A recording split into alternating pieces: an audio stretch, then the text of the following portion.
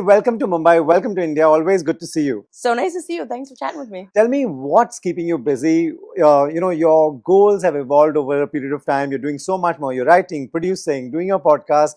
What's keeping you the most busy right now? Oh, well, right now in this week is definitely the podcast because I'm here in Mumbai shooting a bunch of stuff. Okay. But in life, generally, I would say I'm trying my best to spend as much time writing as possible. Okay. Because I did write my last feature that came out. I really enjoyed that. I like having creative control.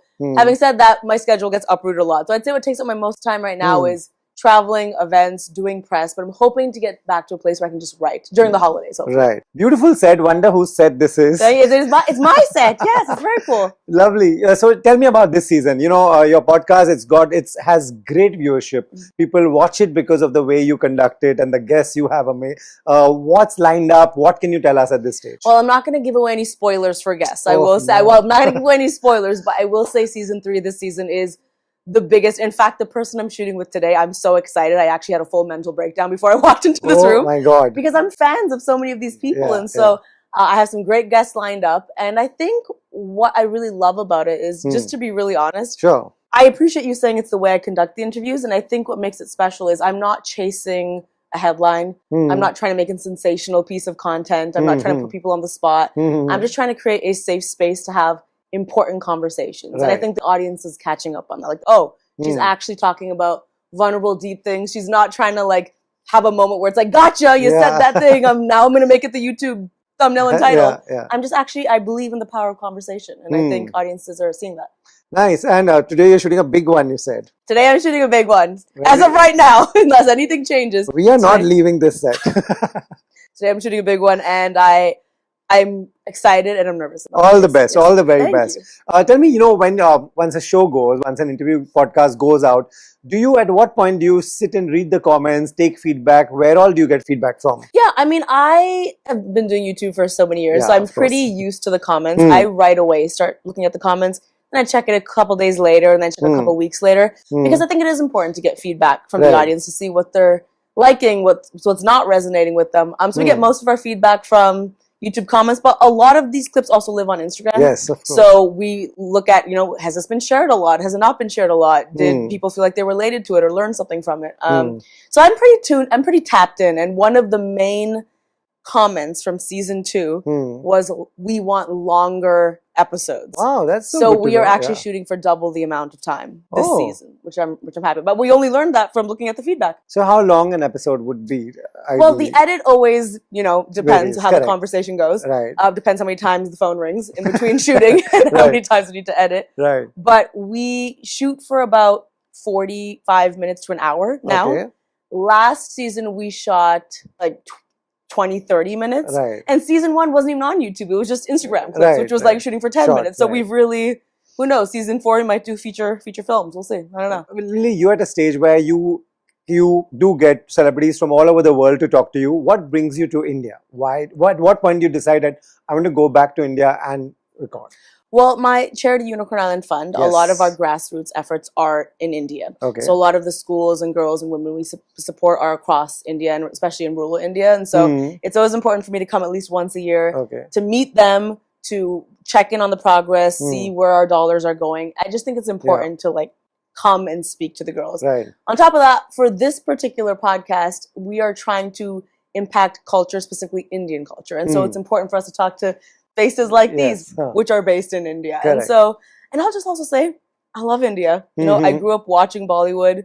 I'm obsessed with, I know this is very touristy of me, but I love taking a rickshaw. I love being in this environment. I love the food. I love everything. And so it's important to me at least once a year. Did you do that on this trip? Did you take a rickshaw? Where did you go? I only take rickshaws, actually. I know some of my other friends, I don't know if that's like normal for people to take rickshaws, but I love taking a rickshaw. Okay. One is I get car sick a lot in cars. Okay. And 2 is I just feel like it's faster and I like the breeze. I don't know. I love it. So I've been exclusively taking rickshaws. Amazing. And a lot of local food. Do you love that? I do. I just went to I went to 2 great restaurants so far. Okay. One was called The Red Room and one was called Ali Bhatt. Yes. I went to, both of those places, and they're really, really great. Nice. Yeah. I haven't met you since you started Unicorn Island. What was the first idea that why do you want to do this? Well, Unicorn Island is my company and has a production side and has a charity side. The fund, Yes, exactly. Both of those sides, the thing they have in common is the belief that storytelling can impact culture positively. Okay. So whether I'm making TV shows or films, it's the idea that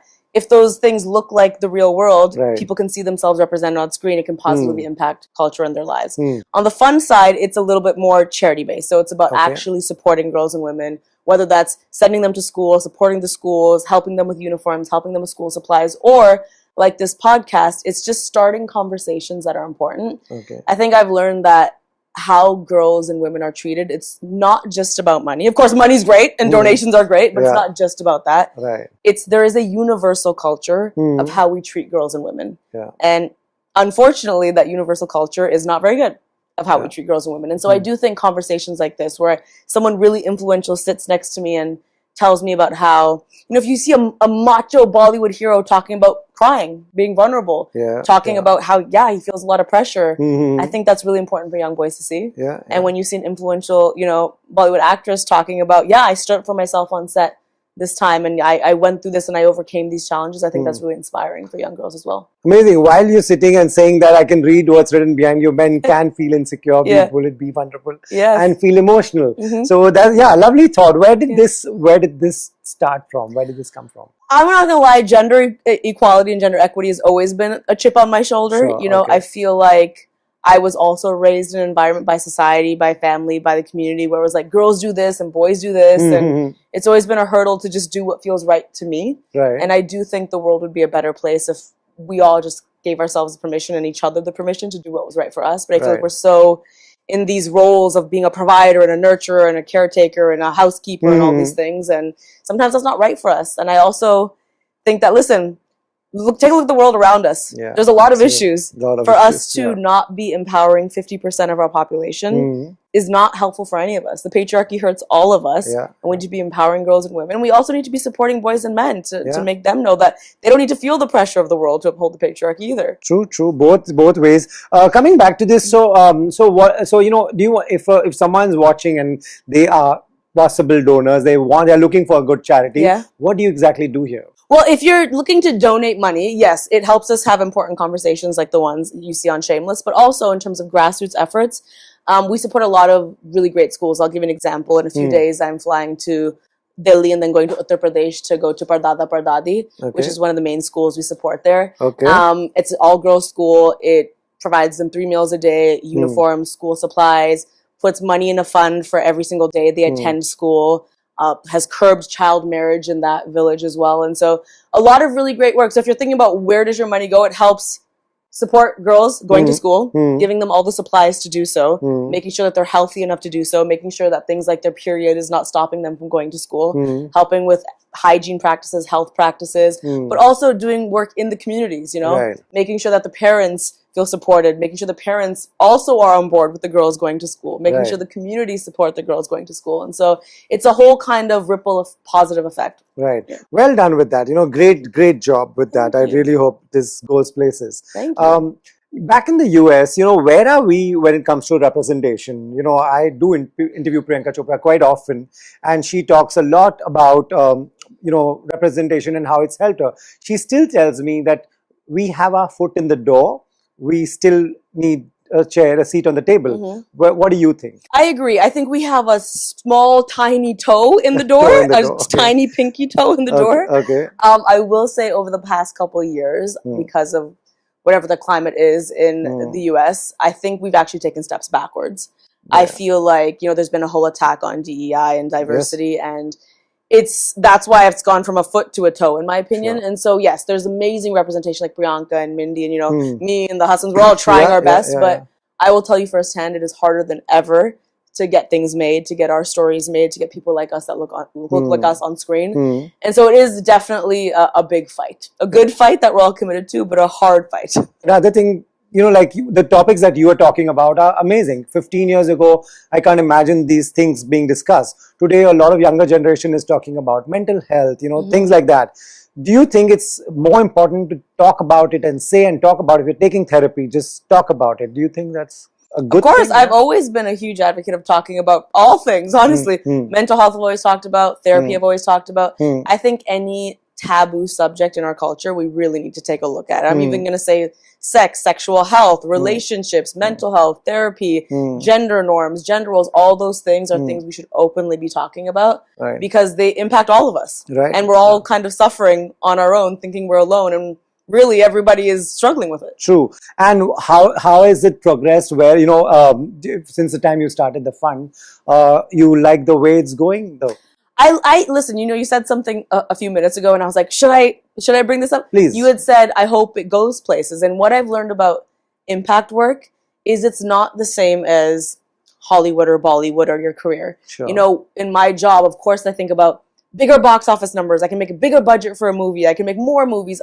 With impact work, it's not like that. I have learned that if, you know, we impact 5 girls in a school, that is amazing. That's amazing. It's not less than because it's not 5 million. It's not the girls. Reach. Yeah. Exactly. It's not about reach. It's Fair not about enough, stats. And so I'm really pleased with how it's going because I think if I do go to stats, I think we've supported over 50,000 girls so far. Oh, wow. And if you look at the impact of these conversations, it's so hard to even track that impact. How many people would watch a conversation and be like, you know what?